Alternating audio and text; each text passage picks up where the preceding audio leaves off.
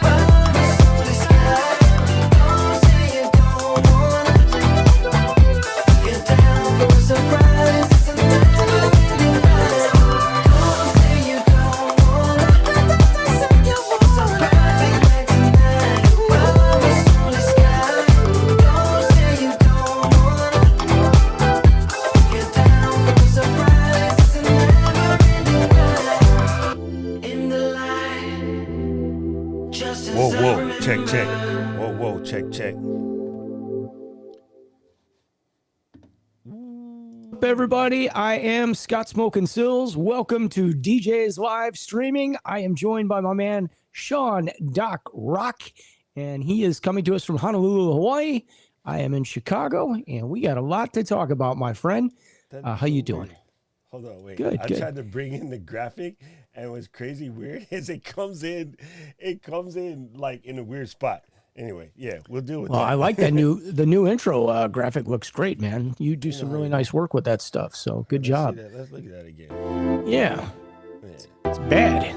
I like that. That looks like a custom 1200 right there. No, what it is actually. Although I don't even think that is that a 1200? I couldn't even tell. Yeah, that's a 1200. I just got to make sure, The spray paint. It's just a can of yellow spray paint. No, I took it off of Adobe Image because I thought it was dope. Whoever painted a 1200, you deserve a punch in the face because they can be fixed. But it does look dope.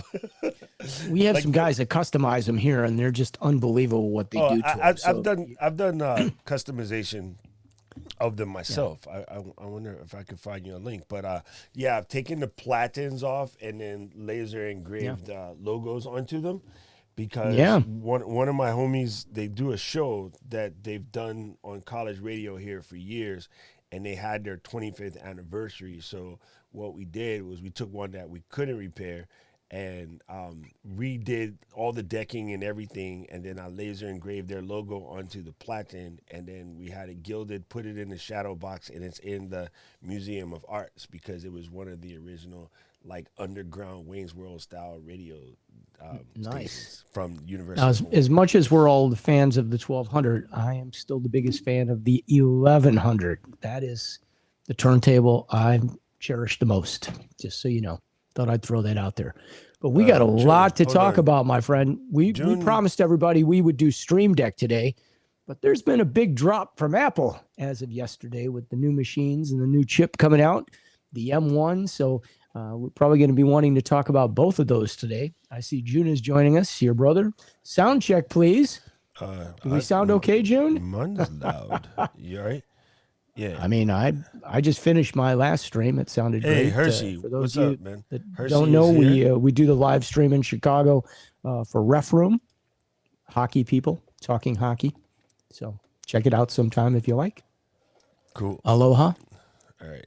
That's all my right, dude, Hershey. We had an excellent conversation offline about sort of live captioning, but something totally different. I don't know, bro, something I discovered which was really rad that I learned from Hershey talking about in movies. There's a new thing besides direct closed captioning, and it's called Hershey, what do you call it? It's the VD soundtrack, the visual description. I think I said that right. If I said it wrong, Hershey, let me know. But it's cool. So what happens is, say you're watching a movie, and he sent me a clip of like Lion King. So instead of just having a closed caption where you're seeing what the character is saying, there's a visual description for low vision people, or say visual impaired people, and it describes the scene. Like the narrator is literally describing the scene. So Scott sits in his studio full of platinum and gold record awards with flashing lights behind as he dons a pair of clear glasses with the weird Chicago style smirk on his face. He's wearing a lumberjack shirt.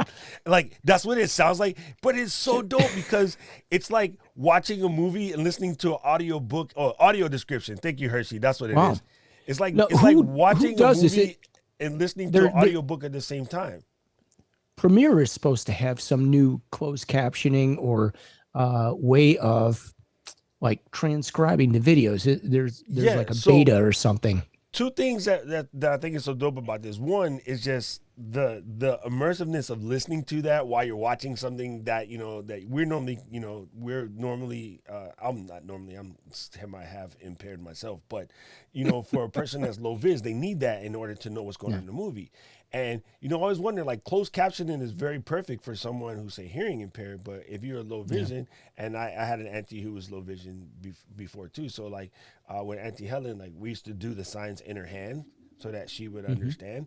And, yeah, it's interesting to see the work that's done, but then one of the things that dawned on me is, like, now that, radio stations are losing jocks because they're closing or whatever, hey, radio people, if you have the voice and you have a face that looks like this, you might be perfect to go do voiceover work for these movie companies and these, say lesson companies like LinkedIn Learning, for instance, right? They're very good at trying to make sure that they have their 501c compliance and stuff taken care of. So it's very possible that you should be looking for voiceover work that allows you, and if you see these, it's amazing. You bring up a very good point, but one of the big jobs that has come out for the actors while they weren't able to act during the pandemic and social distancing is they have been narrating books. And I saw something on TV not too long ago and on the radio about it. And it was basically, talking about some of the actors that have taken up book reading. And one of the most sought after now is Stacy Keach. I don't know if you know Stacy Keach from voice. Yeah, he's got what a great voice he has. I mean, and I don't know how many of you guys know, I'm sure you all watch Ray Donovan, right? Well, Ray Donovan himself probably has one of the best narration businesses going. He is amazing. That's Liev Schreiber. Yes, and Liev Schreiber. If you ever watch any of the sporting on, like, I think it's on HBO or Showtime, they do those, like they did the 24/7 for the NHL leading up to the Winter Classic and stuff. He narrates all that stuff, and you would not know it when you hear his voice that he's the narrator of all this stuff, but he is badass. Okay. I mean, like, as badass as he is in Ray Donovan, when you hear him narrate, he is badass. Hey, what's up, Tommy? Charles, let me fix something for you, because this is common for the Naruto watchers of the world. Naruto's Kamehameha, it has to do with the kame is a Japanese word for like the gods, but they means like little g gods of nature, the wave, the water, the spirits, whatever. Kamehameha, as we say it here in Hawaii, was one of the prominent kings. They're completely two different things. And it's funny because here it's very common. People joke about it just because of hearing the word from everybody watching Naruto or Dragon Ball Z or whatever the heck it is. I don't watch that kind, but it's funny because when we hear it, we crack up because we only know of it as the statue or as the king or the number one street that circles the island, basically. So yeah, it's kind of a different thing. When they were speaking of it in the anime, they were speaking of a tsunami, type situation. But when we speak of it, we mean King David Kamehameha, like that. Oh wait, actually that's David Kalaukaua. Never mind. Anyway, you know what I'm saying. It's funny that comes up. Anyway, Tommy, it's good to see you here, brother. Appreciate you as always. Let's dive into this Mac stuff real quick. Let's go. I watched the entire stream yesterday. It was awesome. While you were sleeping. I don't know about you. I like when they do the Macs more than when they do the phones and when they do the other stuff, unless they've got a lot of cool software changes. But we do have a big software change coming, and it should be available tomorrow, I believe, and that's Big Sur. Yeah. So here's my first question for you. If you don't have the new Mac, would you jump on the Big Sur right away, or would you sit back and wait? Because I will tell you what my answer is. I'm going to sit back and wait a little while. Yeah, you always do that. I jump. Okay. I always jump. You're jumping. Okay. Well, because I know what I'm doing.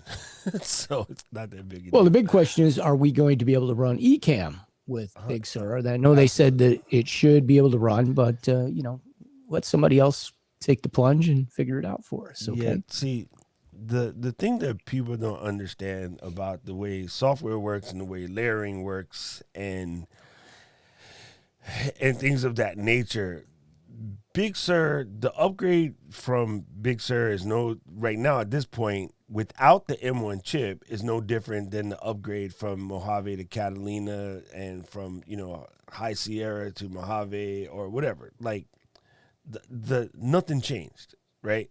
And so Big Sur on an Intel-based Mac will be a faster, more secure version of what you already have, period. Will Serato run with it? Will Pro Tools run with it?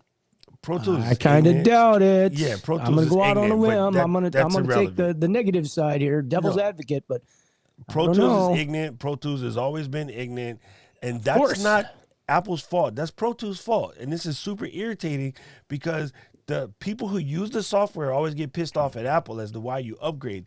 Do you know when Pro Tools got the advice that Big Sur was coming? Oh, over a year ago, I'm sure. Yeah. So the fact that they don't do crap about it till after the fact, that's them, and they've always been like that. Yep. And it's whatever. You can't do that. So yeah, but this is why we don't do the upgrade day one. I mean, that's just the bottom line. In your particular case, don't. But Ecamm doesn't work like Ecamm. Literally takes pictures and sends it. It doesn't do anything correlated. Also, Pro Tools is the only editing software left in the game that still wants to make up their own drivers and their own lanes, those other shit that you don't need to do anymore. That's them. If they would, they've gotten better over the years now. They are better than they used to be. The way they do their stuff, it would be solved. But they refuse to modernize, so they rewrote the software a few years ago. They rewrote all the code from the ground up, and they made the changes.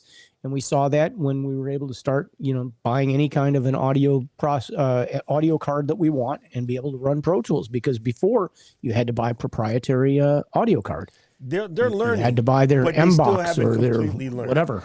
It's they're not dissimilar from there's other manufacturing industries where people still insist on doing things their own way. And eventually they learn that idea of proprietary so that you can lock your customers in. Apple kind of does that. And, they're not as bad as they used to be, but they do that. And we might be seeing that again with Apple. We don't know because the real Pro machines didn't hit yesterday. We're seeing the new AirBook. We're seeing the Mac Air. We're seeing the new Mac Mini, and we're seeing the small MacBook Pro. But now all the RAM, it's all tied together. So are we losing the ability to do any of the upgrades? Doc's shaking his head now. Bruh, okay, at some point you got to just trust that I know what I'm talking about and listen. Okay, first That's why I'm here. we're going to stick to the proprietary part of the conversation. What Apple, there's a situation when a company makes things proprietary because it's the highest and best use of what's going to happen for either user experience or for IP, intellectual properties. There's other situations where companies do proprietary oriented things because they're trying to lock people into an ecosystem because that is best for their interests, right? The Pro Tools, in my opinion, and opinion of most people who shipped eons ago, Pro Tools was doing it out of Pro Tools interest. They weren't doing it out of people interest. They had to make that change because people interest now proves the reason why they're doing what they're doing now is because people interest is finally proven to them that they cannot continue to just squeeze because they're actually kiboshed and they're being taken over by more open competitors. Okay, I don't disagree. Okay, I now don't the disagree. Apple Logic Audio. situation, the Apple situation is where they are innovating and they're innovating to something that is different from what you know today, right? This situation way back when we went away from, again, the serial port to the USB port, the first company to implement that was Apple. And everyone says, but I got hundreds of serial cables. I need serial cables to connect my this, that, and the next thing. And I was like, no, you don't. The S stands for serial. The U means universal. So there's no longer a Mac and PC thing, right? They didn't invent the technology, but they were the first to adopt it. They were the first to say floppy disks are ignorant, floppy disks lose data, floppy disks melt in the car, floppy disks are the bane of the existence of computer users. Let's just get rid of them. Everybody's like, no, people have hundreds of floppy disks. And I was like, nope, out of there. So with the decisions that they're making in the benefit or in the perceived benefit of the consumers. Have they been wrong? Yes. But are they normally right? Yes, because they come from not utility perspective, not my specs are the biggest, let me take my ding out and run around the block. They come from giving the users the best experience. Apple devices, for the most part, always pass the mom test. I can give one to my mom, English as a second language person, and she's like, yep, got it, boom, click, go. You know, if she wants to. There's some people that just insist on not learning their tech. That's a different story. But there's also, you know, Steve's thing was it just works. It just worked. It just worked. So he kind of worked on that. And then, yeah. Tommy, yes, we're definitely on the replay. We'll have the Stream Deck stuff in there. So yeah, we'll get to that. We'll make sure we get to that. We are definitely doing Stream Deck today, guys. We just had to talk about Apple quickly because the other thing that I want to touch on real quick is this. I'm not a huge fan of the monikers Pro Machine, non-Pro Machines, because people don't really know how to delineate one from one. For instance, if you're an author and you write the scripts for that Netflix blockbuster movie, and you know Netflix bought your script for $30 million, and you did it on a MacBook Air. But you're also the other person has a MacBook Pro that they spent 30 grand on, but they've never produced dick. Which one is the Pro machine? Yeah. So, well, you know, it's the right tool for the job. It's the right tool. When I say the Pro machine, I'm talking about for the guys like you and me that are pretty intense users. We've got a gazillion wires go into our systems, and we're taxing the hell out of our systems all the time. That they do. I won't say people. The tech sphere that's out there yapping, and making noise, they're comparing it to the machine that they want. They're never going to come out with the machine that you want first, because that's not the industry that needed to move. The industry that needed to move are the education machines, the people that are a little bit more brutal, the people that need that extra security, whatever. It wasn't designed. If it was designed for that, new iMacs wouldn't have came out in August and new MacBook Pros wouldn't have came out in June. You know what I'm saying? Yeah. But so those will be later. Also, those are the people, meaning us, who will scream the loudest, yell the hardest, and want to choke Apple. So they're going to take longer to deliver those. But for my 11-year-old niece, or for my sister, or for the average person who's going to use a MacBook Air or going to use a 13-inch, it's exactly what they needed yesterday. Right here and now. They got a price drop, and they got a phenomenal machine, okay? Everybody thinks about it from this greedy power perspective. You know, you got to understand, bro. They have data. They have a metric F ton of data. They know what they've been selling and why they've been selling and for what reason. So therefore, they sat down in the room and they did the thought process, and their team, the team that comes up with this stuff, says, you know what? These should go first because A, safe bet. B, nothing that they're really going to do is break it and harm the growth. C, we told everybody 2-year transition, not October, November transition. They said 2 years. So therefore, it's going to happen the way it's happened, and it should happen that way. Well, I was happy, Doc, because my MacBook Pro that I just bought is still up there for sale. It didn't go obsolete that quickly. Yep. So I'm pretty happy about that. And my brother says the same thing I say, and I repeat this so many times, and people get mad when I say it, but the difference between an amateur and a pro is the pro gets paid. That's about it. Pro gets paid. That's basically it. So the thing is, Alex, I'm going to say no, because you're trying to compare it to what you want to do, not with the industry that market is segmented for, what it costs for what that market segment calls for what it exactly marketed for and exactly marketed to, that thing screams. The other thing, the only person that we all know that physically has one in hand is the twins, and they said it absolutely screams. Yeah. Now, I do know a bunch of the developers that were on it. Ken Case is a friend of mine. Caleb from Panic is a friend of mine. And those guys all said it absolutely screams. So, yeah, like thinking about it the way you've thought about it to the past, run. Dave Hamilton, who's my partner in crime, who actually runs one of the biggest Mac blogs on the planet, he is with me on the fact that 8 is enough. Why? Because we understand how these flow. We understand how the iPad flows, right? Talking about 8 cores, right? No. You said 8 is enough? 8 megs of RAM. Everybody's matching 8 megs of RAM backed off of this machine. This Intel, with all of its heat and all of its graphics and a huge gap between the GPU fabric and the CPU, this machine requires 64 gigs of RAM, right?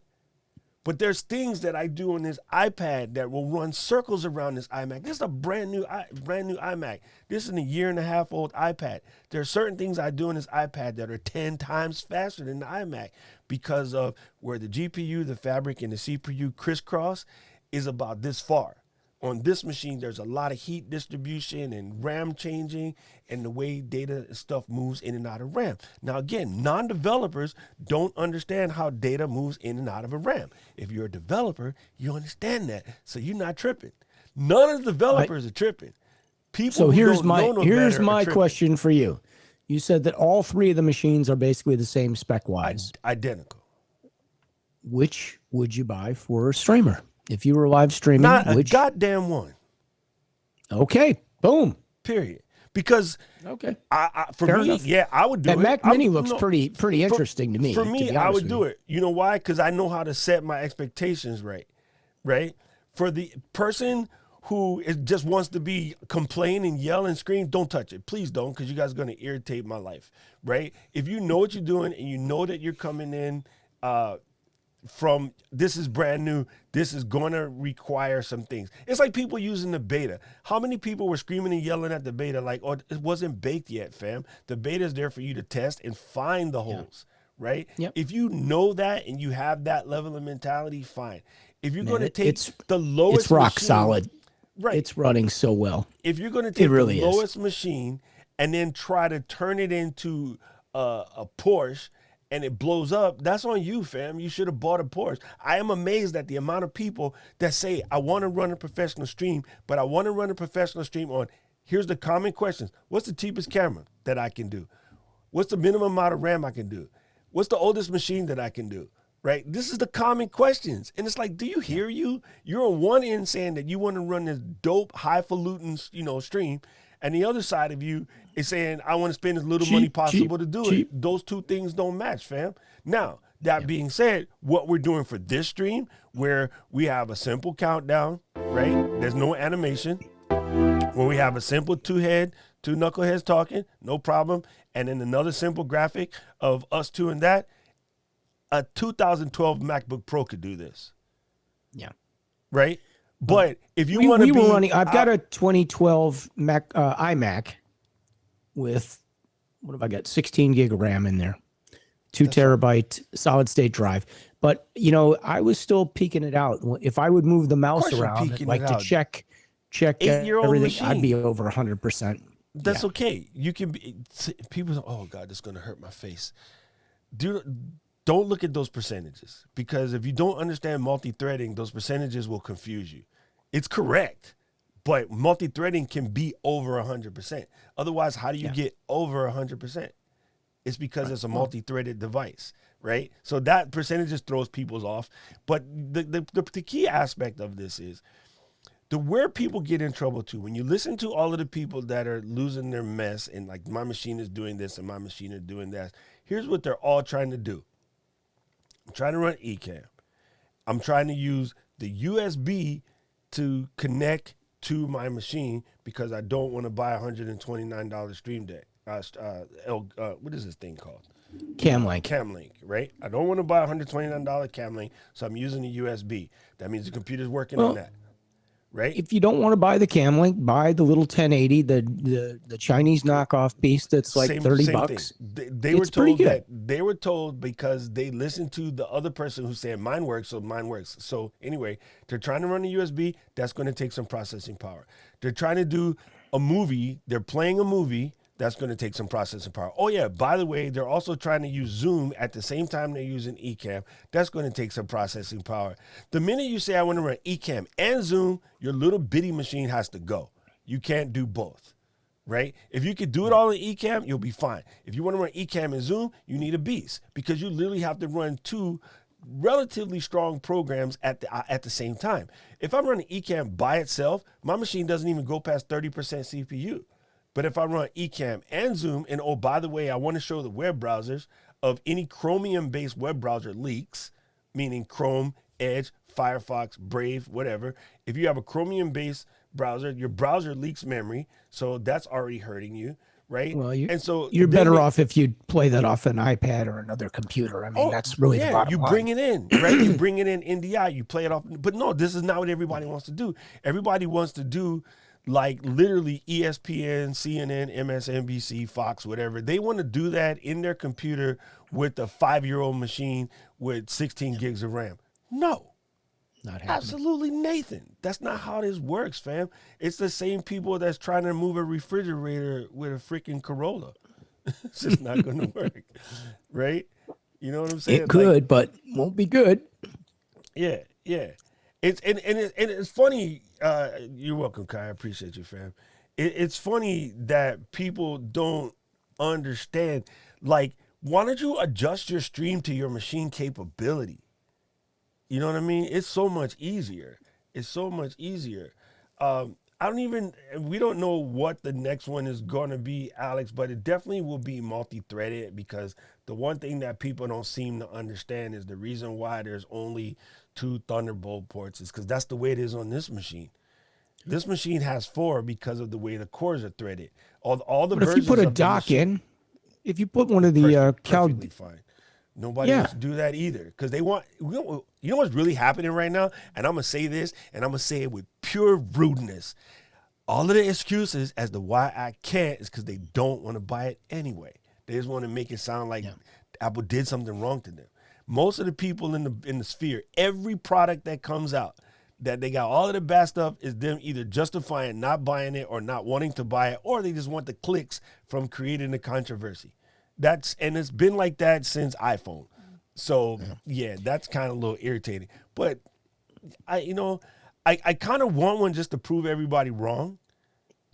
Just to prove everybody that in reality, I think you should get that little Mac Mini. I think that looks like a sweet little setup. I have 2 Mac Minis. Great little machine. Honestly, I have 2 Mac Minis, and I'll probably never buy another one again. I've never had one. I know some guys that actually were running small Pro Tools setups on them. There's nothing wrong with Mac Minis. I liked them. Okay, here's just, see, you people got to understand, when someone says the way that they feel about something for a certain particular thing that has a knowledge to back it up, it's a little bit different than saying it's a bad machine. There's nothing wrong with Mac Mini. I would give Mac Mini to a whole bunch of folks. Why it doesn't match for my particular taste is by the time you get a Mac Mini fully laced, right? Right now, $10.99 plus all of the bumps out, it comes out to about $12.99. Yeah. By the time you It's not get gonna one be- of those and put a 5K display on it, right, to make it match the iMac, you should have Boom. bought the iMac. The 5K iMac is $250 more expensive than a fully laced Mac Mini. So you can't buy a 5K display for less than 700 bones. Yeah, I was So just gonna say a it's 5K dumb display proposition. is big money. Now, if you don't need that because you're not editing, you're not doing what I'm doing with it. So yes, can a Mac Mini edit? Yes. Can the Mac Mini do pictures? Yes. Can the Mac Mini run Final Cut? Absolutely. Can the Mac Mini run Ecamm? Yep. Do you got to buy a dope display to make it look proper? Kinda. So even if you went off of a 4K display, let's say you wanted to cheat yourself and you went down to a 4K display, a good 4K display is still $500, $600, $700. You can buy a shitty one, but if you want a good one, you still got to spend that. So the value proposition of separating the two is dumb unless you have a space requirement. And then in that situation, it's different. You know what I'm saying? And so people do this to themselves because somebody else told them it was a smart idea, and maybe not. Now, if you have a space concern or you already own displays, that's a different story. Yeah, that's why I got the Mac Mini I got now. At the time I bought it, I already had dope displays. But also at that time, they didn't have the 5K iMac. The 5K Did you ever iMac buy came the out. iMac or the Mac server that they offered that looked like the Mac Mini? Yeah, that's what it was originally, and then the one that's back there was originally a server. Okay. And again, it has nothing to do with speed. The server technology is the software. It's the same machine. Yeah, it's not fancy. You know, what I do like about Mac Minis, and probably why everybody still loves them to this day, is because those Mac Minis you could change the RAM. So that's the reason why people bought it. iMac you could change the RAM. Mac Mini you could change the RAM. In the Intel environment, perfect. This new environment doesn't work that way because UMA RAM does not work the way RAM that we used to talk about work. It's different. So it's more efficient understands now, that. right? So we could probably get Absolutely. away with less RAM in terms of the number, but you will get a better result. Is that fair to say?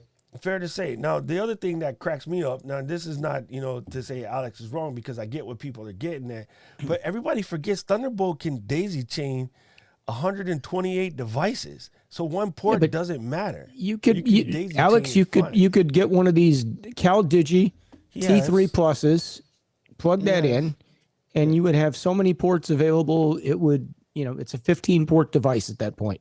Yeah. And again, see, Alex is right too. If you're doing your stream right and you kind of sort of know what you're doing, your process can stay low. You don't have to get nuts with process. Most people are trying to do stuff that is extra convoluted because they are coming out the gate swinging like they want to be, Food Network, and you ain't Food Network, bro. Slow it down. Like, put out the good content first and then slowly level it up. And then in which case you're doing it on multiple machines. And oh yeah, by the way, what you see on Food Network and TV and CNN and ESPN and, Fox Sports and all of that, that's like 20 machines networked together doing that work. It's not one. So, it's kind of do the thing. The phone cable, again, it was for the customer. Nobody wants to know that because they had to buy new cables. But the fact that you don't have to key a cable, just flip it any direction, plug it in, that alone is worth its weight in gold. You know what I'm saying? Yeah. So the Thunderbolt buses right now on the new machines, that's going to change. As soon as we get a double up processor, it'll go. And, June, not a bad look. I mean, really. I don't buy machines like that. So my use case is a little bit different. Also, I don't want to display over like 3 years because they start to lose color. And if you're color correcting, you kind of don't want to do that. You know what I mean? I think that's... Yeah, see, I knew it. See, Scott, I told you, I know he had 2 Thunderbolt docks at least. It's not really that, you know what I'm saying? But it's people that don't understand that Thunderbolt is mad daisy chainable. Like, funny, I have a picture that I probably could never show anyone, but when I was at Apple, one day in the Genius room, we decided to take every Thunderbolt drive in the entire place and chain it to a plastic MacBook. And I have a picture somewhere of a white plastic MacBook with about 70 drives connect to it, daisy chaining Thunderbolts. It was kind of insane. And they all worked, all mounted. Like, it just covered the whole entire thing. I just can't show you the picture because it shows the back room at Apple, and that's illegal. But most people don't understand that. Especially, here's what's irritating, though. Alex would know this, and June would know this. When you buy drives,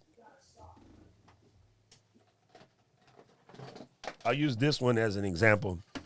When you buy drives, the one that has a single, like has to be the end of the chain drive. These are the cheap ones. These are what everybody buys. It might be even high performance, but it'll be cheaper.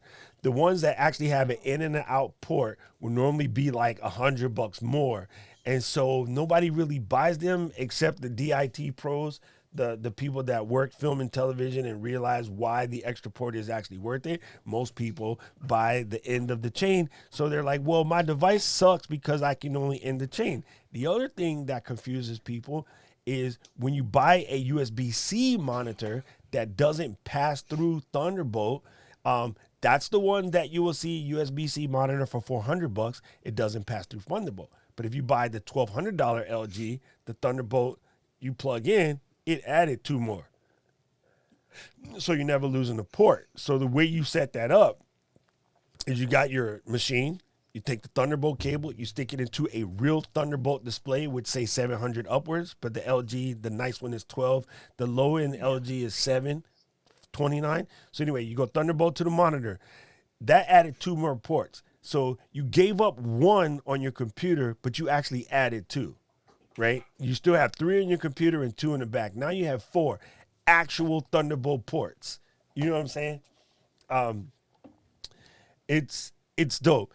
And yeah, it's crazy. It's so crazy. Like, and Alex, I'm gonna say this again, bro. Like, all of the guys in like Dave Hamilton, myself, Leo Laporte, Annie Anako, Renee. I didn't get a chance to watch Renee yet, but I'll find out for Renee. All of us believe 8 is enough because of the way iPads work, and it's quite like an iPad, but a little bit different. So yeah, I just realized I left this graphic on the screen for like a crazy long time, but this is going to be the key right here. This is what people who've been using computers for as long as they using computers don't seem to understand, but this is the money shot. Like, this is what changes the game. If you're a console gamer, you know this already. Console gamers been doing this since 2004. And every new Madden comes out, we're like, wow, I can't believe Madden's that dope. Every Call of Duty, every Halo, like every The Division, every, Pub Underground, Fortnite, like all of the above. Bruh, there's people playing Fortnite on original Xbox with no problems. Why? Because UMA is not what Intel-based memory is. It just ain't. Saint.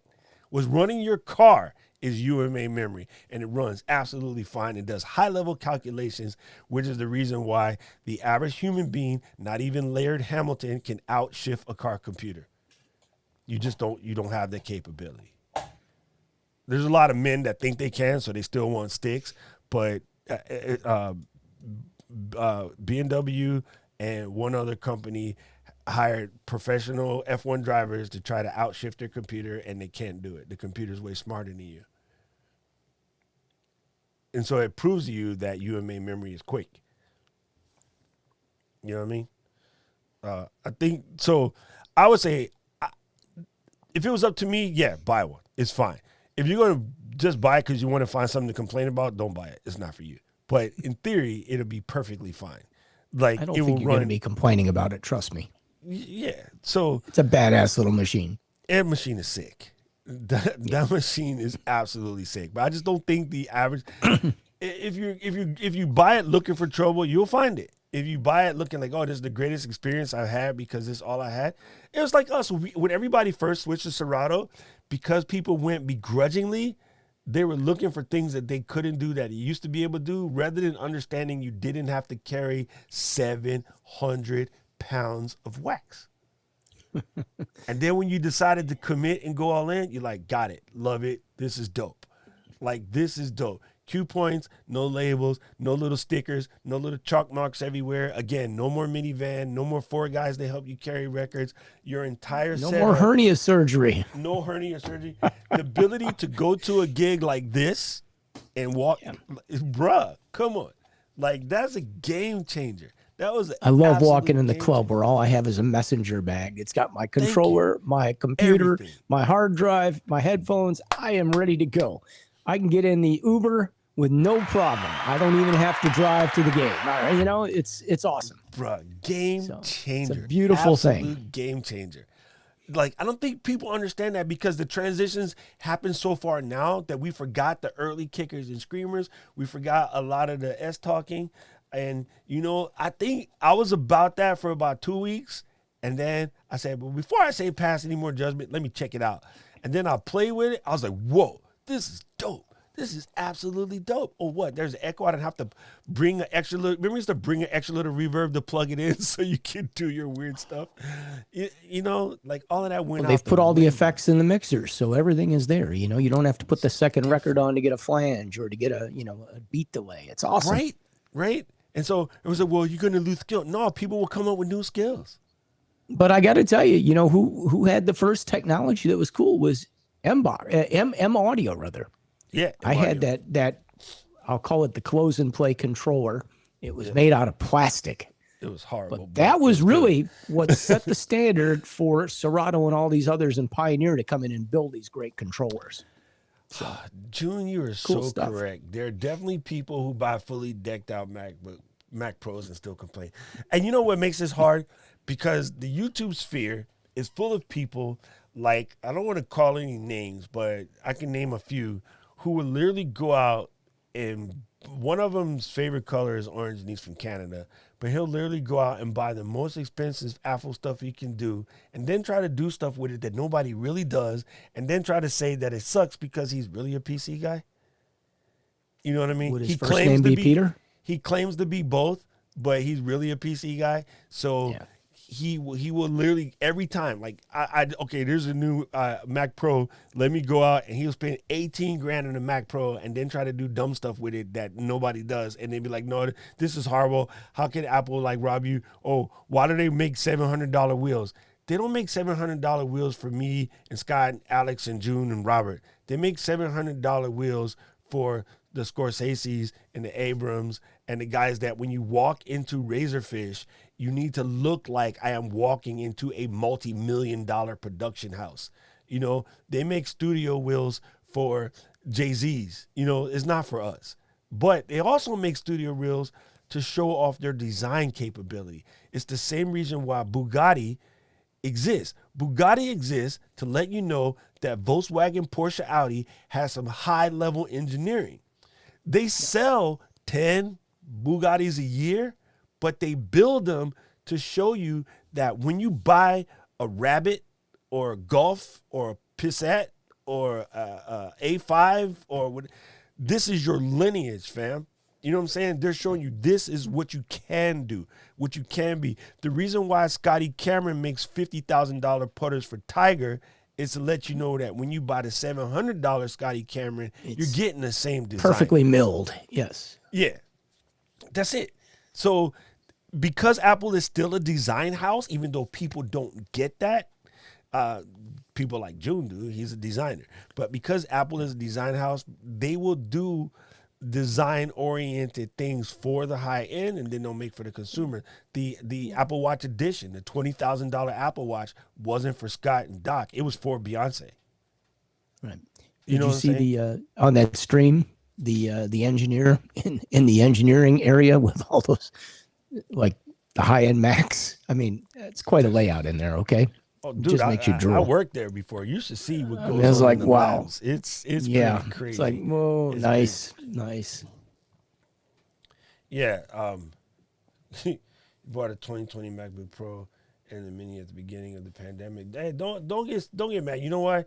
Because from the business perspective, which should be most of the people on this stream, you will get your amount. you'll get your worth, and it'll come around and it'll come back through, and then you'll be all G'd up. So I don't think, it's kind of sort of that big a deal. I think at the end of the day, what I recommended, yes, provided you have proper expectations. If you don't have proper expectations, I would say let somebody else monkey with it and wait. Same thing with Big Sur.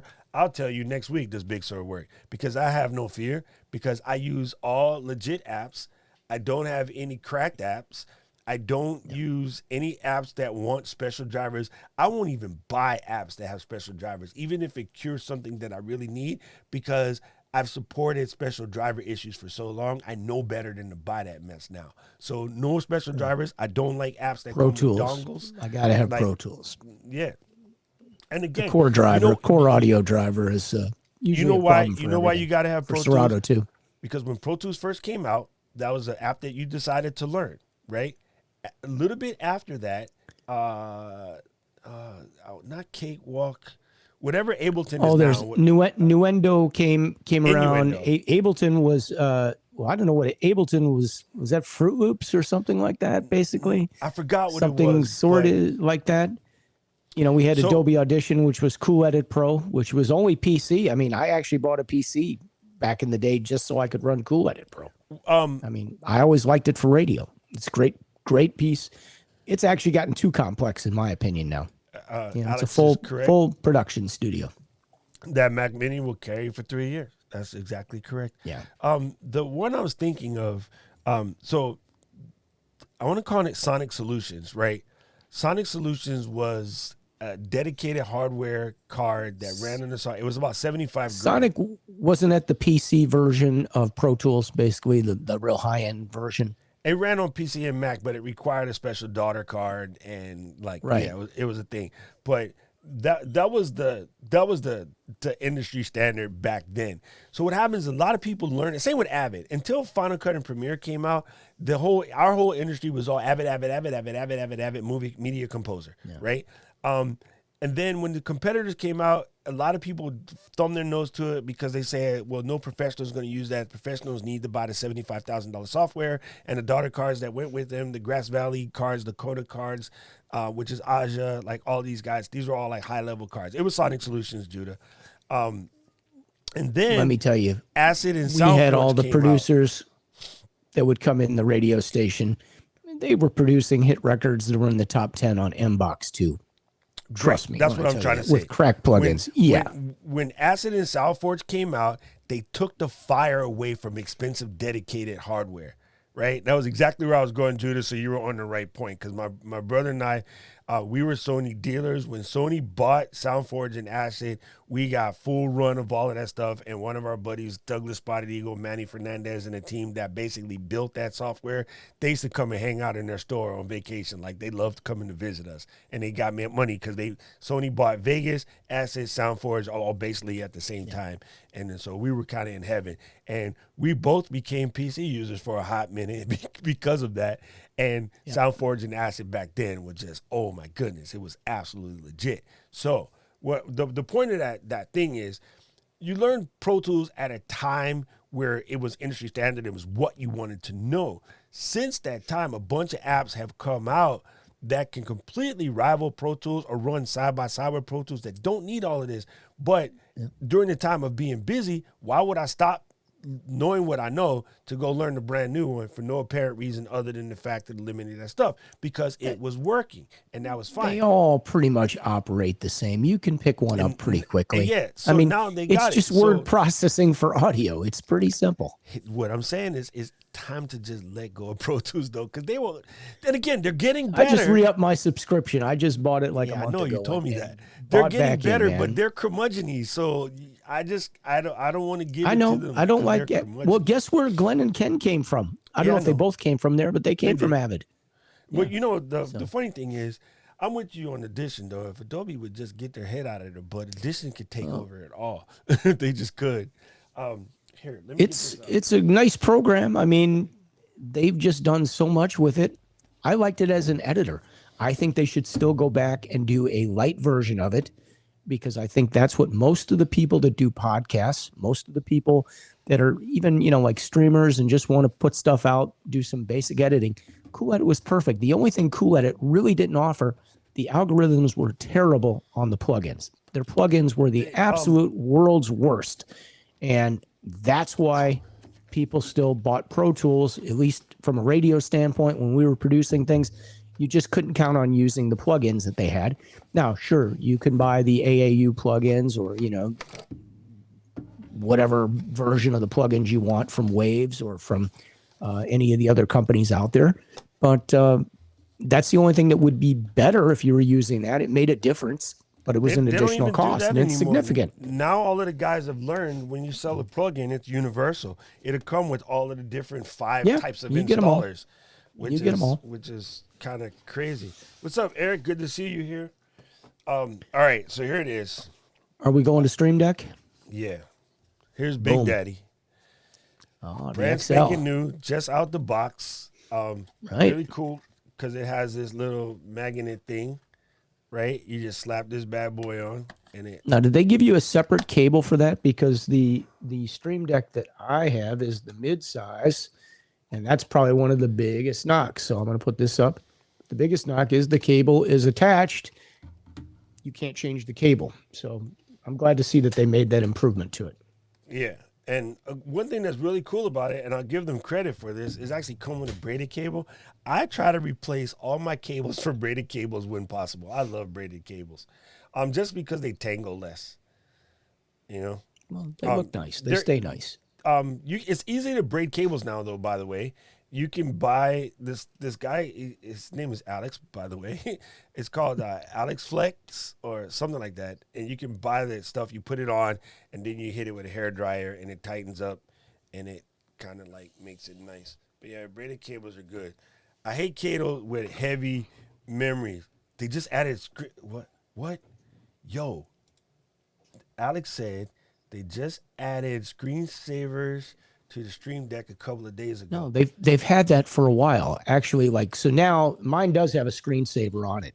You can only use certain files for it, though, and they got to be pretty high res.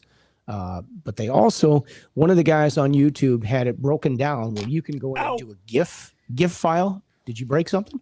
No, I just smashed my finger. Oh, okay. All right. You want me to call 911 for you? I am 911, Scott. I don't know if you remember that. Yeah, that's right. Anyway, where was I? But anyway, they allow you to put GIFs into these. And if you look at a company like Nerd or Die, they have some pretty cool graphics that you can buy that have the RGB movement to them already. And then you can go in, they give you the files so that you can go in and tweak them and do what you want. So they've really made some nice improvements to this thing, and they continue to update constantly, which I love. Alex, you running one or two? And are you running Big Daddy or Little Daddy? Somebody in our group runs two Big Daddies, 64 buttons. I'm like, what? Man, my head is going to have a hard enough time with 32. But I think Alex had a big one and a little one. I forget. I remember in one of his videos, I seen it. I'm just moving things around my desk so that I have space to do this real quick. But he says custom screensaver support was added 2 days ago. I've had mine on there for almost 2 weeks now. No, I think you're missing what he's saying. Okay, he does have one of each. That's what I thought I saw in this video. All right. I think you're misunderstanding what he's saying. The custom screensaver is different from just the screensaver. Here we go. Oh, it's going in. Don't move, iMac. You got to stay exactly where you stay. Okay. I get mad when my stuff moves on my desk. Okay. Only knock about the Big Daddy so far is you have two angle positions with the deck or all the way flat. So the other one you had like 5. This one you have 2. So there's that. But I'm powering it on. Now, do you have the smaller one too, Doc? Or do you only have the XL? Okay. I have both. Okay. Do you want to copy the Stream Deck profiles to your new Stream Deck? Yes. Here, let me Yeah, make you this can do that. Let me make this easier for you folks. Let me Because put when I this over switched here. from the old machine that I had to my new machine, I had to do the backup where you back them up and you just bring them in. It's pretty easy. All right, so I'm gonna leave that like that, and I'm gonna change this over here to stay. Come here. I'm gonna say current application. Caleb says Nerd or Die has some great overlays. Yes, they do. Caleb is Ecamm Caleb. Caleb, yeah, I know. I didn't think it was the other Caleb, but I just want to know if you can actually use those within Ecamm. That's No. my big. That's what I thought. It's So you can use them on the Stream Deck. They work. The ones that they have, I think Nerd they're. or If you want to buy the Die- animated ones, they're like $6, and usually Nerd or they have a Die coupon for creates things 20 to in 50 off. WebM. WebM is not highly supported, so because WebM is not highly supported, it's the reason why we have this thing. And if I think Apple and Google are making up, so maybe this WebM stuff will get fixed, but right now it's quite irritating. Yeah, if they would just make stuff that's not WebM, we'd be perfectly fine. But they insist on doing WebM instead of just like standard animated GIFs or whatever, and it's a little irritating because it's kind of sort of unnecessary. All right, so here is the Stream Deck. As you can see, all these extra buttons are wide open. What you're looking at is my Finder overlay. So I got Ecamm Live Beta, Restream, YouTube comments, how much folks is on airplane mode, which basically shuts off everything right before I start a stream, and Finder tags, because I'm a real computer user, I use tags. But we'll let me get that and then move it into Ecamm Live. All right, so here's Ecamm Live, right? You got my my overlays for my scenes, which are not going to match right now. This one with the bunch of diamonds in it right here in the middle. This guy right here, that is a multiple overlay that does like 5 or 6 different things. And then you have like your live scenes. Then you have a folder. This folder was designed around swapping overlays. I don't know what if it'll break something if I do that right now, but yeah, I'm not gonna do that. And then here's one of my other overlays to pull up, that which is not properly sized, but that's for my other stream. And then I can toggle it back off. And then I have my like, comment, share, which probably won't play because it's going to play a different scene. And this is how much people are watching. And then there's, this. So in Ecamm, and if you use OBS, you have the same thing. Basically, these are all of the commands that Ecamm needs, right? So I could just pick up, this go live command and drop it right there on the corner. And that'll be my go live button. Then I can add my pause button because I need that, right? So you can do that.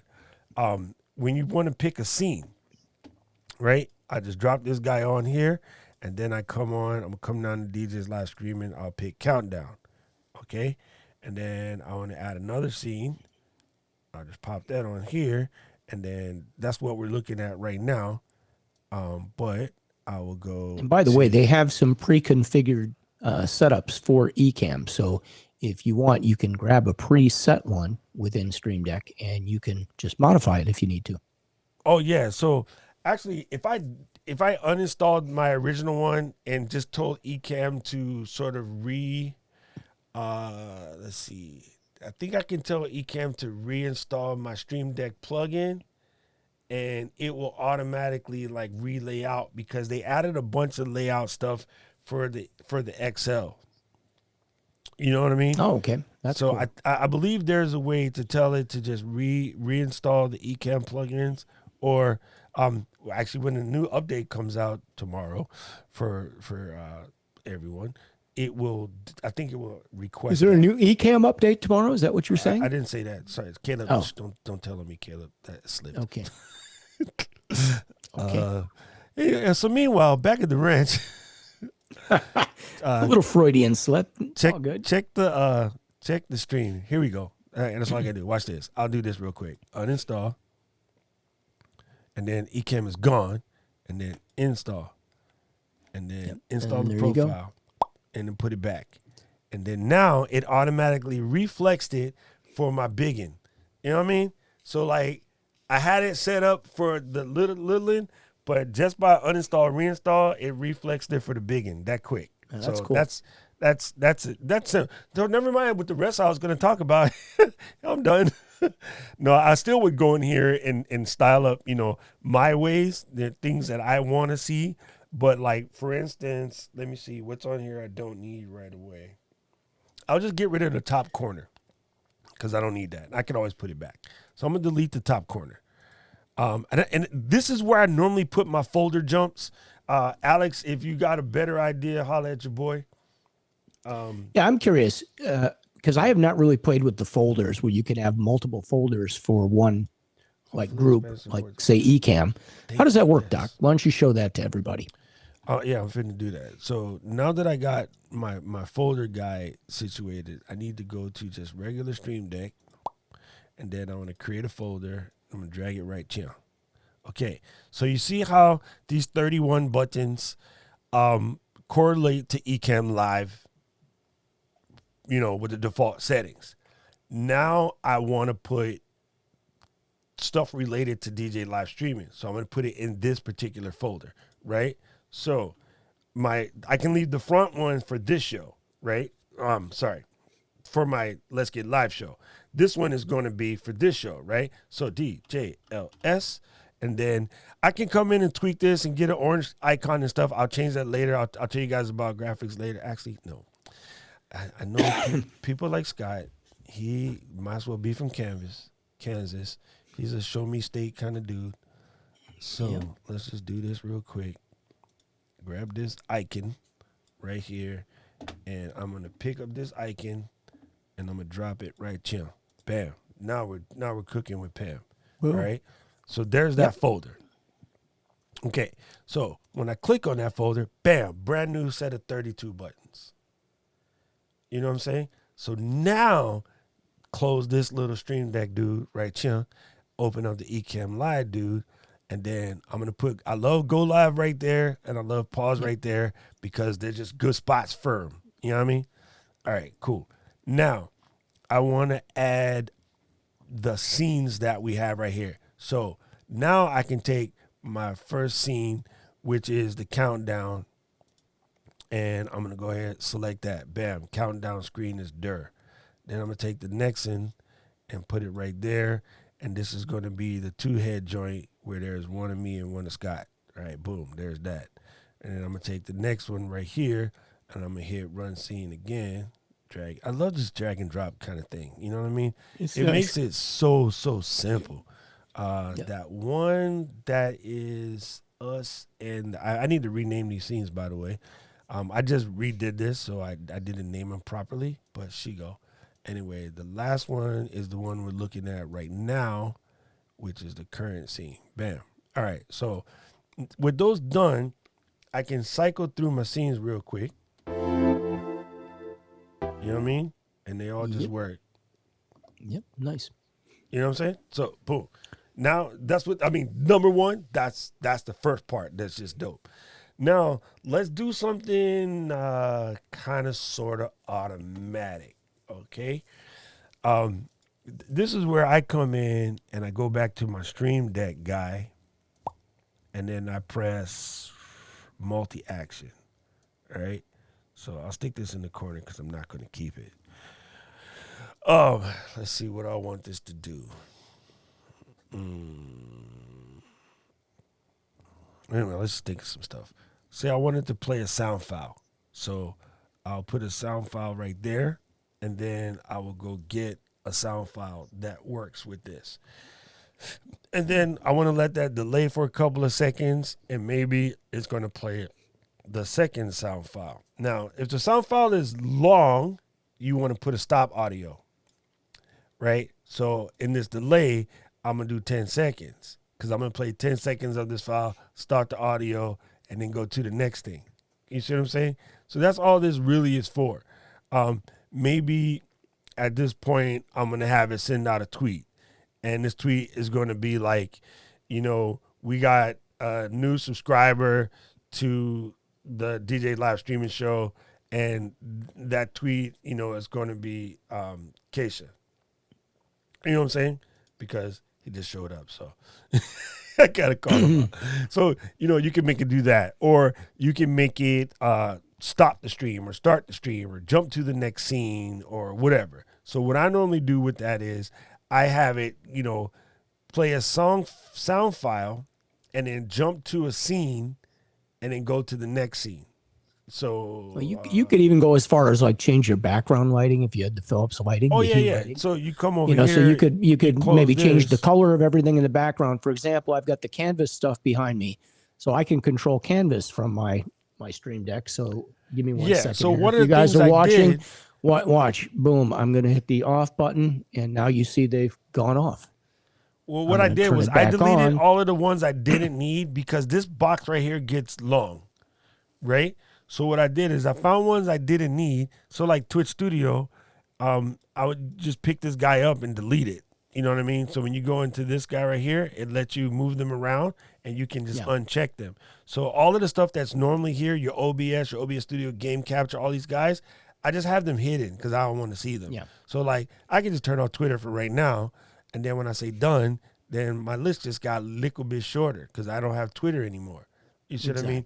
So with multi-actions is basically you can just do a bunch of things at one time, which is quite helpful. Like absolutely quite helpful. Like I was talking to that's the boys. cool now is they've added PowerPoint and they've added Keynote. Keynote that you can control your slides. So let's say you're doing a presentation within Ecamm, then you can now move your slides around and do what you need to do, and you can do it at the push of a button instead of having to worry about being on screen. Here's something that's very cool. Let's see. There is a really good Stream Deck location. So you're gonna now if you're squirrely in the stomach, don't go to Reddit. It's not good for a squirrely in the stomach place. But they got lots and lots of cool ideas in here for things you can do with your Stream Deck. You know what I mean? So you come in here, you can find profiles for Affinity Photo, Affinity Designer. You can find profiles for Photoshop, like, all myriad types of things. If you're a Streamlab person, there's tons of stuff in here for Streamlabs and OBS. So Discord is another great location for some of that stuff because one of the programmers actually hangs out up there. And if you wanted to get something custom made, he will do it for you. In which Discord, though? Because Discord itself is just an app. Let me just go in here for a second.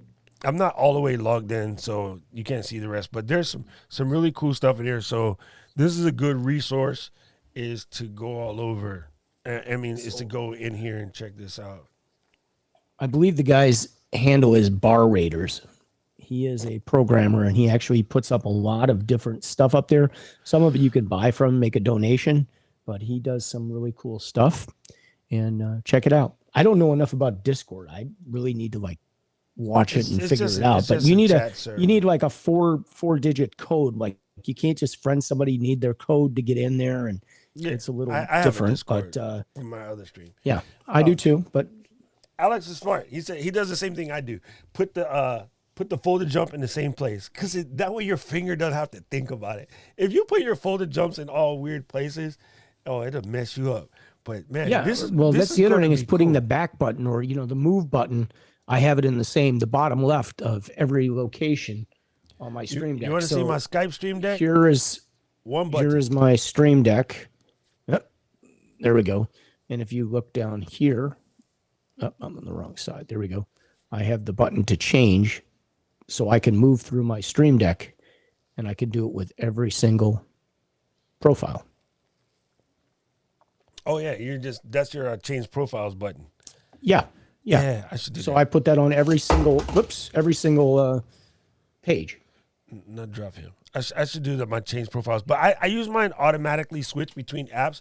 But I just thought this one was funny. My only button for Skype is mute, so you can cough. I need that today because I sound like I got COVID. Okay. They also added buttons up in here for Zoom and stuff too. So if you are a Zoom user, you can go in and add your Zoom stuff. This is the best one, leave meeting. Yeah. But Hey, show them where they can find all the updates. Like there's a lot of different stuff that's up here that you can add. And let me see if I can find it up here. it's under I it's don't under have more share action screen set up. Yeah, right more here. actions. Yeah. And they update this all the time. So there's constantly updates to Stream Deck. And What's up, if you Devin? go in here, like let's say I have a counter, for the number of viewers I have on YouTube. I Yes. have another one that gives me my CPU usage, so I can watch and see, how things are running. So You can Topher, do one for your email if you're using Apple Mail. That works. You can get a clock, all kinds of cool stuff that you can do with it. But the other thing I use it for, I use it a lot for going to different websites that I use on a daily basis. So yeah, if I web go to launcher. Box constantly, That I was on hit, my first hit page. Box. Yeah, and it works out great, especially if I'm doing like a sales meeting for Hot Mix. Then I have all my different pages set up so that, if I want to show like pricing for weddings, if I want to show pricing for a private party, if I want to show pricing for a photo booth, I can just do a click of a button. Scott, so super funny. I was getting ready to tell Topher that now that I got my Stream Deck XL, he can come and take back the little one because I stole it from him. And then he showed up. He's right there. Nice. Wait, which side of the face is there? He is. I was like, so that's why my brother is over here laughing because What's up? the raid server in the back decided it wanted to eat some drives today, so I gotta go and rebuild the raid today. But yeah, that's what I mean. That's what I'm there. And he happened to have the right color shirt. That's correct, June. Yeah, he does have the purple on. June and Topher went to the same school. I think Topher actually went to class. I can't speak for my brother. That's just wrong. Yes. Final Cut. Just wrong. There's a cool thing. I don't know if you checked this out yet. But there's a cool thing in Final Cut. It's called Command Post, but they changed the name of it. Hold on. It was Command Post, and they changed the name of it. Hold on. I think I said that twice. June said he was busy making the yearbook. Okay, you're excused. What did they change the name to? Because the dude reached out to me on Instagram one day. But nope, it's still commandpost.io. If you go to this site, commandpost.io, you can get a really cool program that will allow you to get in there and do some crazy control with your Stream Deck and Final Cut and just other apps in general. Yeah. So like you can set it up for all myriad type of things. But yeah. What's it called? Command what? Commandpost.io. It's a little techie oriented, so like if you're not a programmer, you might not want to mess with this. Yeah. But it's pretty dope. Like I use it to customize my tools in Final Cut and stuff like that. And there's just lots of videos down here in the bottom where they like explain what they're using it for and how to use it for your Final Cut workflow, or hacking a touch bar using Command Post, using it like Command Post plus Loop Deck. Loop Deck is dope. I kind of want one. It's a touch controller that will allow you to get absolutely fancy with your controls.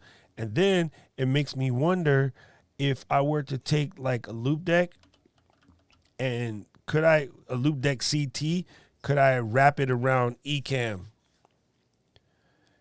Because you can kind of control anything with Loop Deck CT.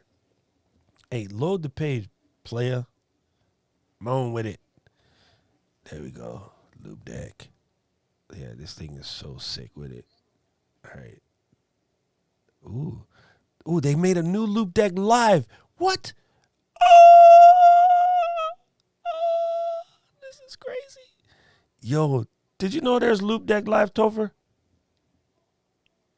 Dang, that's cool. Anyway, so basically what it is a touch-oriented surface controller for all myriad things, right? Think of it as a MIDI controller. At the end of the day, it's really what it is. But it's really cool, and I didn't even know this little joint came out. I need that. Pretty cool. No, I don't, but I do. But I don't. But I do. Yeah, you better order it now. This is what we normally use, Loop Deck, for editing photos. And then again, you can map this to Final Cut and things like that. But these little touch surfaces for the type of shows and stuff that we do, it's pretty good because if you look at a real DaVinci controller, this is what we're used to seeing for like, true switching. What we're doing with Ecamm, this is how it used to look. And again, this is advanced, but this was what we used as a switcher back in the day. Each graphic on the button, each extra sound, like all the. Now this one's cheap at 27 grand. When they were the Sony and Grass Valley switchers, they were a million and a half.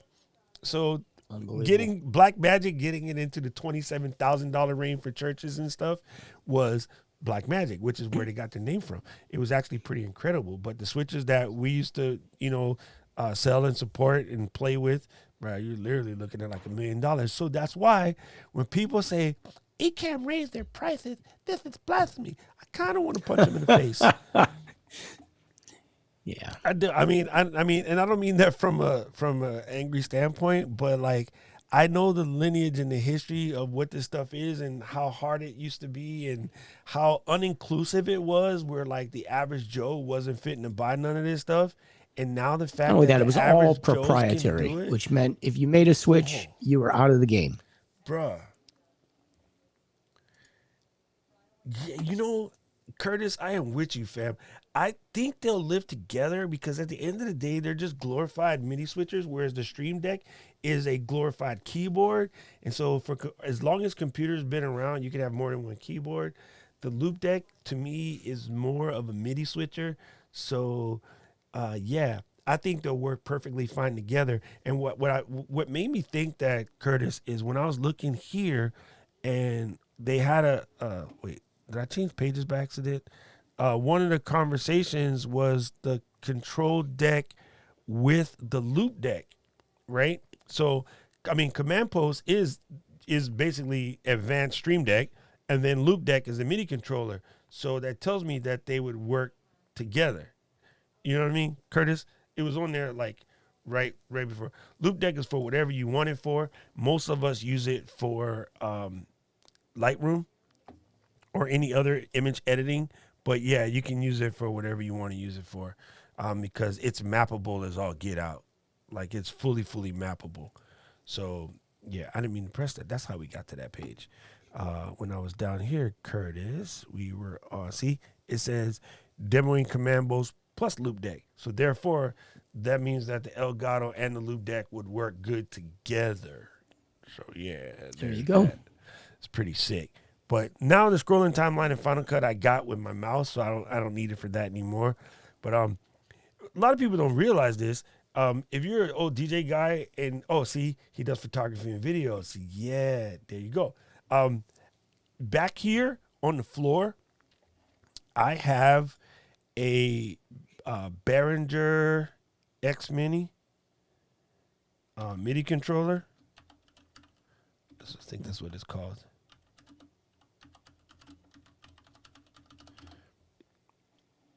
This, and I mean, this is literally designed for like EDM DJs to give themselves a headache, twirling, all of that mess. And I currently have this mapped to Lightroom to do hue, saturation values, chroma, luminance, dehaze. I was going to say clarity, like all of that is put up on the twirlers. And then I have grading stars, my star gradings, my reject, my collapse and uncollapsed stack. All of this stuff is all mapped in, basically using this controller. So what that tells you is that if as a DJ, if you have a MIDI controller floating around, you can kind of go in and use it as a controller for stuff that we're doing here in Ecamm too, right? There's a bunch of videos on how to control your stuff using the MIDI to LR. And then, so this is basically how I have mine laid out right now. You know what I mean? And so you could take any MIDI controller, download this software, and you could basically remap your MIDI controller to control things in Ecamm a la Stream Deck, but maybe there's a situation where twirling the knobs might be better for you. You know what I'm saying? So I think a lot of people realize that a MIDI controller is just sending nothing but keyboard commands. Yeah, I That's wasn't all it aware is. that we could use MIDI with Ecamm, so that's kind of cool. But you're not using MIDI with Ecamm. You're using Ecamm with Mac. The Mac Yeah. OS, any key that you can press, you can map to a MIDI controller. And so because I have the ability in Ecamm to press buttons, I can map any of that to MIDI, because all it is back in the serial plus day, in the serial port days, you were sending basically keyboard commands. So when you press the G on a keyboard, it responds, piano keyboard, it responds to a letter on the alphabet, because that letter on the alphabet represents the actual G1 on the piano keyboard. You know what I'm saying?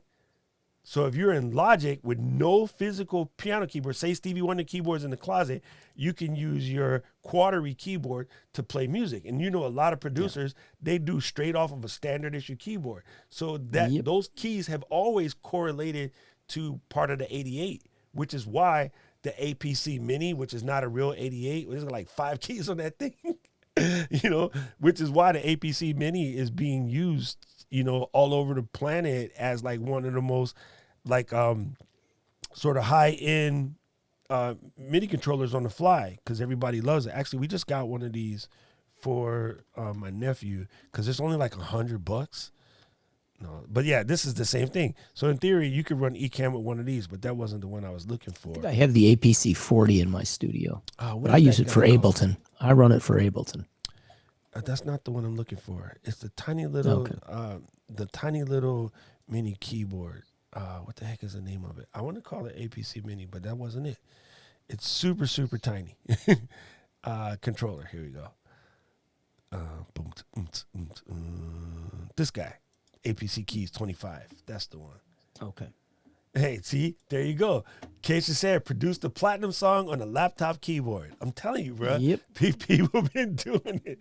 And bootleg plugins to go with it, probably. Curtis says, I think Stream Deck is really nice, but the Loop Deck is just a different tool and may not suit your needs.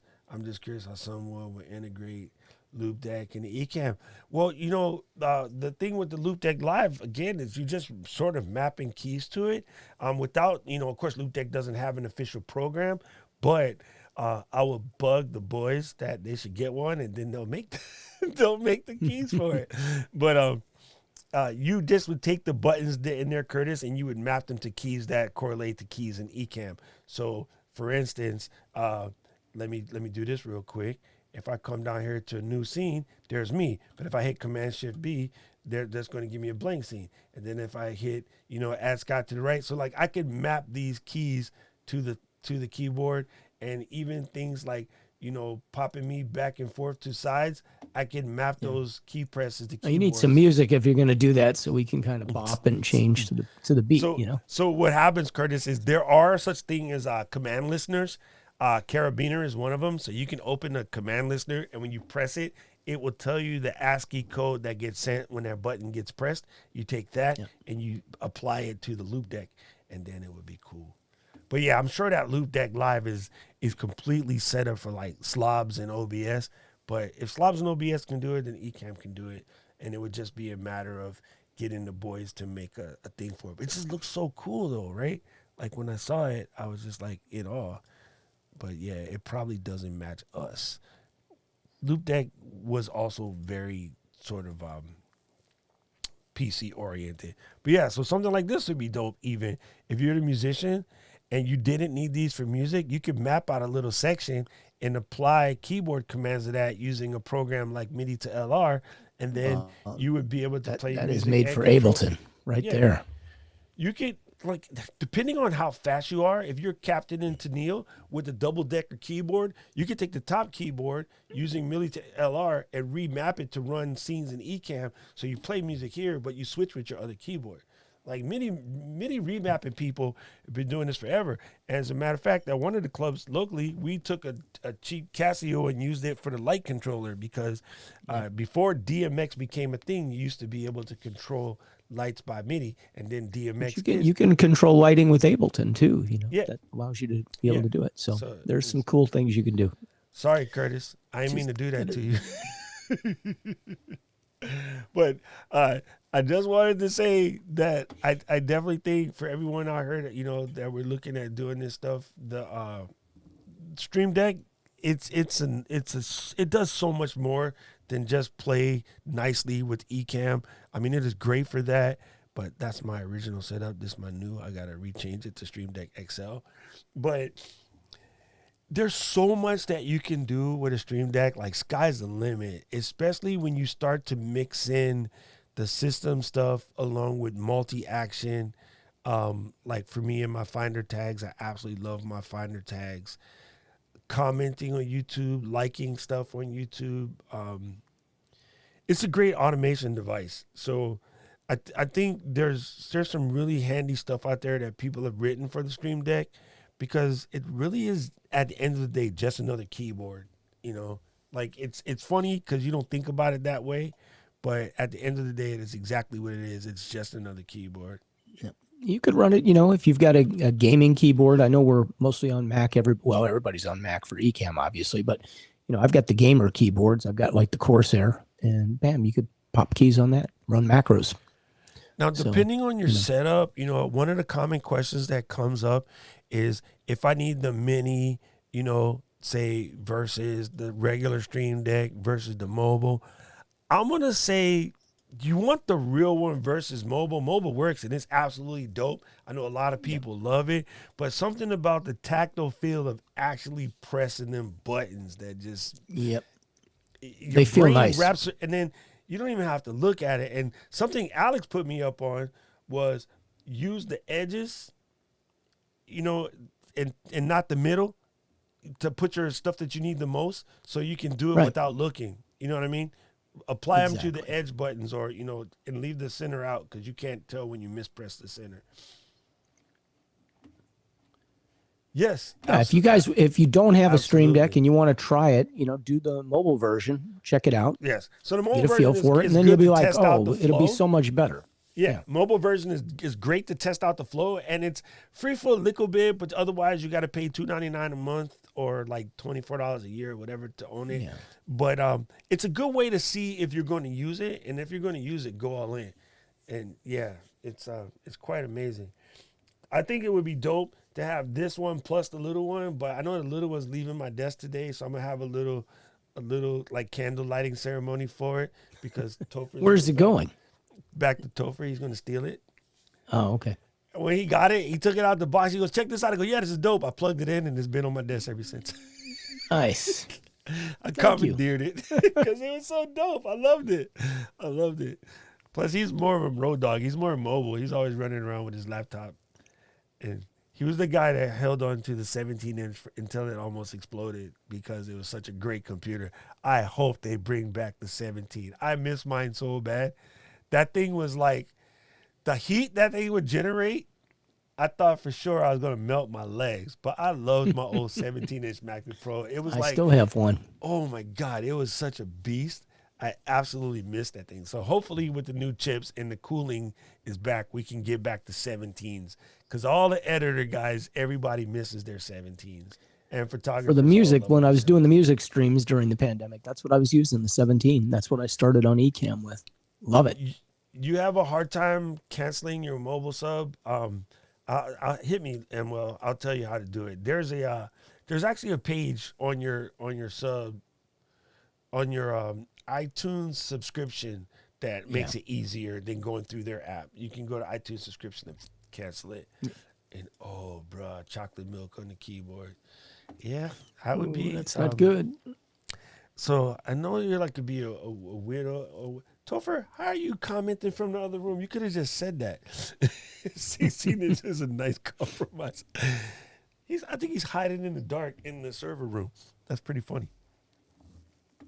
Yeah, that's dope. But anyway, I think we beat that horse enough. So yeah, this could be true. It is easy to start to forget shortcut keys. But you know what it was designed for? It was designed for people who didn't want to remember shortcut keys. I teach myself shortcut keys. Like, that's the first thing for any program. I automatically go to shortcut keys. It's If just you're doing stuff repetitively, it's a Yeah. big time saver. I know it for is audio such a- editing, you it got to is the have most shortcuts. undervalued time saver in the planet. Two of the best time savers in computers: shortcut keys and text expander. Text expander, like I can fill out, let's see, 5,000 characters of my YouTube description with 3 letters. Like that text expander is quite legit. I haven't tried that. I'm gonna have to All it play is around with you that. you make shortcut keys for things that you always mess up, you know? And like I even have text expander snippets for like lorem ipsum, and then it's a calculation. So if I go lorem 1, it does 1 paragraph of lorem ipsum flotsam jetsam whatever. If I say lorem 5, it'll create 5 paragraphs of lorem ipsum. You know, when you're doing text layout, you want to, they call it Greeking the letters. Yeah, here, let me pull it up for you folks, bro. The text expander is hands down the first thing that goes on any Mac. Text expander first, Backblaze second, set app third, and then I run. I'm good to go. What I'm looking for, this right here. Yeah, you don't need my cookies, fam. You guys know me. So, see in the demo right there, they put in the thing, they put in / support response, and it automatically spit out a paragraph of the standard issue support info, right? So I actually have text expanders for Ecamm beta group for telling people not to post videos that they're not supposed to post when I boot someone. You know what I mean? Other than having to type that out over and over and over again, I literally have a Ecamm BAM shortcut, and it spits out the ban message. If you post that video one more again, you about to catch the boot. So yeah, that's basically what it is. It's called a keyboard replacer type thing, and it can do a lot. Like it's super dope. I've been using it for years and years and years and years. You can even do things where it can remember what's on your clipboard, and you can create a whole long thing based off of the contents of your clipboard. Like, yeah, it's hard to describe it. Just download it, play with it, and then you'll get it in like seconds. Keyboard Maestro is a competitor. It's basically the same thing. Nice.